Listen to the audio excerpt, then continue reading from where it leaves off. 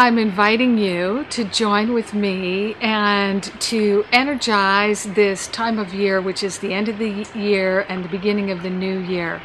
Now, my birthday is November 28th, and I just had my birthday yesterday, so I'm doing that year-end taking stock that many people do on their birthday, and we look at where have we come since the last birthday, where would we like to go into the next birthday, and really becoming very, very conscious, very, very awake to our life is possibility, unfolding possibility, and what is most important.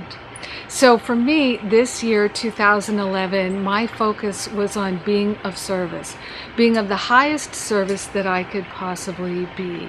And that's a continued focus for 2012, I know. And it's been a wonderful year for me. I have been able to offer these 32 Living A Course in Miracles classes totally for free, and that has been extraordinary for me. It has been such a joy and such a pleasure to connect with thousands of people all over the world by means of the internet and by the phone, and coming together with these great topics and these other great teachers, all of us students of A Course in Miracles, all of us interested in opening our heart, opening our mind, and walking our talk. So for me, in the year 2012 and in this next year around the sun, celebrating my appearance day, I am focusing on being of service continuously. I really think that's the trajectory of my life. That is my passion, being of service in a very healthy way. And I am focusing in addition to that, on being pristine in my mind, immaculate in my heart, heart and mind congruent, in service to God and humanity. That is my joy. That is my passion. So I'm inviting you to energize that with me. And I'd like to say a few things about the immaculate heart and being pristine in the mind, because just those words, immaculate and pristine, can be somewhat intimidating. I know they have been for me, and I've had to work with it.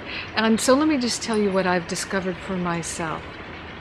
In this intention to be pristine, it feels so sweet and so beautiful to me to aspire to be pristine in my mind, to not have any thoughts that are ugly, not to have any thoughts that are judgmental, unkind, unforgiving, resentful, regretful, blaming, and shaming. So I work with it every day. It's a deep practice, and every day it brings me rewards and benefits. This is the good news. There have been times when it has seemed extremely arduous and difficult, and it's literally had me crying buckets of tears and lying on the floor in supplication because I had judgments and opinions I just wasn't that willing to let go of, and it really knocked me out. But I don't find that happening anymore, and I'm really, really grateful. And in this decision, in this intention to be pristine and to be immaculate in my heart, to harbor no grievances whatsoever, it's a day-to-day journey working with the habits of the mind, the patterns, and releasing them, resolving them, dissolving them, with this intention of being truly, profoundly, beautifully, joyfully masterful. Now, I think we're all aware that in past centuries and even today, there is sometimes this ideal of being pristine, being immaculate, and being an ascetic. So denying the world, denying the body, and being celibate, not enjoying food, drink, sex, and to be abstinent in all of these things, and to deprive oneself in service to God. And I really think that that's an old paradigm. So what I'd just like to share with you is that I've discovered that sometimes I like to have a glass of wine or a beer or something like that, but not very often. Now I find that it really shifts my vibration in a way that like, I don't prefer. So I easily and naturally do not even think of drinking alcohol. And I used to be a smoker, but I'm not a smoker anymore. It doesn't appeal to me. It affects me, again, too much physically, energetically, mentally, and emotionally in a way that I don't enjoy. I do drink coffee. As you know, I love my spiritual espresso, and I drink coffee maybe not every day, but I like my espresso, and I don't like lots and lots of it, because a little bit goes a long way with the espresso. That's the whole idea.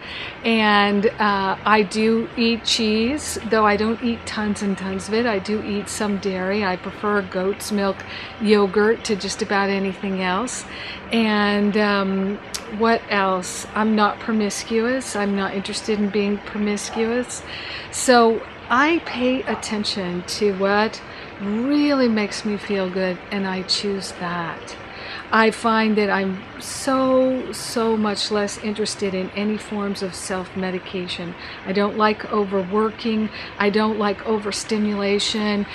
Moderation, really, that middle road, is really working for me these days. And the main thing for me is not to label anything bad. So if people are drinking and smoking and being promiscuous, I don't need to label that bad, because I know that every single path has learning in it. I've learned from all the mistakes I've ever made, and I've learned from all the experiences, all the indulgences that I've ever had. I have learned from them. And I've also learned to forgive myself and to not harbor any low self-opinion about myself. I am worth a good opinion. And so by loving myself, being kind and compassionate with myself, it's easy to stay in that middle road. I'm so grateful for all of my teachers, visible and invisible. I am so grateful for my loved ones, for my friends, my family, my community.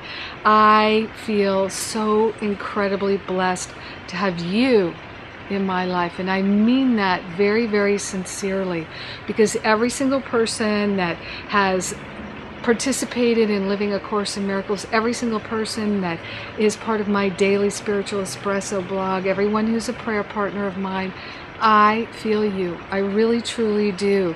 The more I take this middle road, the more sensitive I am to all of the energy.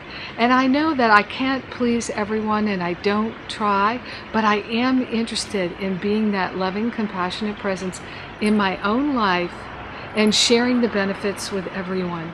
And you support me in doing that. So my prayer request is to hold in your heart, in your mind, if you will, my prayer request for myself, which is to be the Immaculate Heart, the pristine mind, and to be heart-mind congruent in service to God and humanity. This is my joy. And I'm so grateful to celebrate my life with you. When I celebrate my life, I'm celebrating your life. So thank you. I thank God for you, and I love you. Thanks for being my prayer partner.